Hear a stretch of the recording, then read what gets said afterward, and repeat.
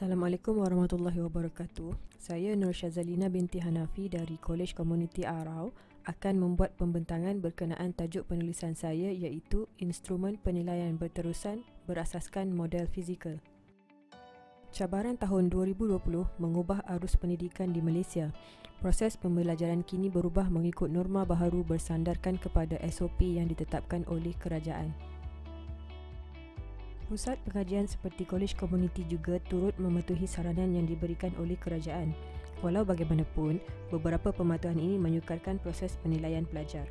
Antaranya adalah kursus STS 3084 Asas Lukisan Terukur yang memerlukan pelajar semester 3 Sijil Teknologi Seni Bina menghasilkan lukisan terukur melalui visualisasi pengukuran bangunan sebenar. Namun begitu, kekurangan kebolehan memindahkan ukuran sebenar melalui kerja-kerja pengukuran kepada lukisan berskala menyebabkan pelajar tidak dapat menghasilkan lukisan terukur dengan tepat. Penilaian berterusan PB adalah satu proses pentaksiran wajib yang telah ditetapkan oleh Malaysian Qualifications Agency MQA.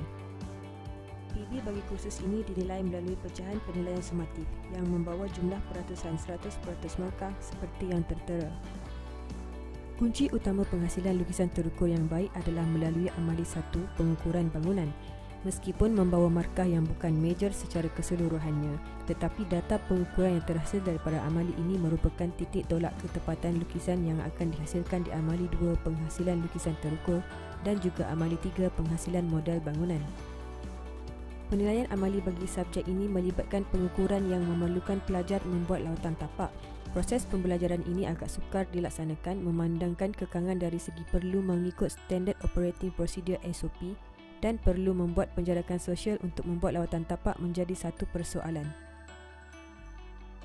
Instrumen penilaian yang lebih bebas untuk digunakan di mana sahaja diperlukan terutama di era pandemik wabak COVID-19. Bagi memastikan penilaian pelajar dapat dilaksanakan, instrumen penilaian berasaskan model menggunakan barangan terpakai akan dibina. Pembinaan model dalam bidang seni bina memerlukan kos yang agak tinggi dan membebankan. Walau bagaimanapun, model kos rendah ini dihasilkan menggunakan kotak terpakai dan hanya mewakili struktur luaran rumah atau bangunan mengikut reka bentuk asas seperti model bangunan sebenar. Model paper house MPHED dibina oleh pensyarah kursus menggunakan kotak. MPH ini tidak seperti model konvensional kerana ia lebih menitik beratkan struktur luaran. MPH menitik beratkan kos di mana material serta penghasilan yang berkos rendah menggunakan kotak terpakai. Pembinaan MPH bermula daripada penghasilan lukisan ringkas mengikut skala yang ditetapkan menggunakan perisian AutoCAD untuk dijadikan template. Template ini boleh dicetak dalam pelbagai saiz. Kaedah stencil akan digunakan bagi memotong kotak berdasarkan bentuk yang dicetak dalam template menggunakan pisau biasa. Pelajar akan menerima MPH melalui pensyarah. Apabila mereka telah menerima model tersebut, pelajar perlu menyusun semula bahagian berpandukan video panduan yang diberikan. Seterusnya, pelajar akan membuat aktiviti pengukuran pada model dan merekodkan ukuran melalui kaedah lakaran lukisan. Lakaran lukisan akan dihantar kepada pensyarah untuk proses PB. Pensyarah akan membuat penilaian amali berdasarkan hasil lakaran lukisan tersebut. Kajian ini akan dilaksanakan di Kolej Komuniti Arau kepada pelajar semester 3 program Sijil Teknologi Seni Bina yang mengambil kursus STS 3084 Asas Lukisan Terukur.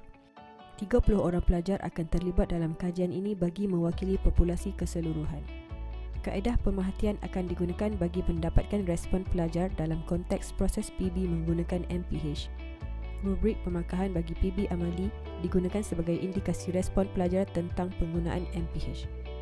Pelajar akan ditemu bual bagi mendapatkan gambaran keseluruhan proses pembelajaran dan penilaian yang telah dilaksanakan. Instrumen penilaian berasaskan model membantu pelajar membuat eksplorasi dengan lebih mudah dalam mendapatkan idea serta konsep melalui bukti fizikal dalam skala yang pelbagai. Kajian pelaksanaan ini dapat membantu tenaga pengajar di institusi pengajian yang bertanggungjawab untuk membuat penilaian subjek berasaskan pengukuran dan lawatan tapak. Oleh itu, kajian ini akan memenuhi jurang kajian yang melibatkan kekangan dalam menjalankan penilaian kepada pelajar sewaktu era pandemik.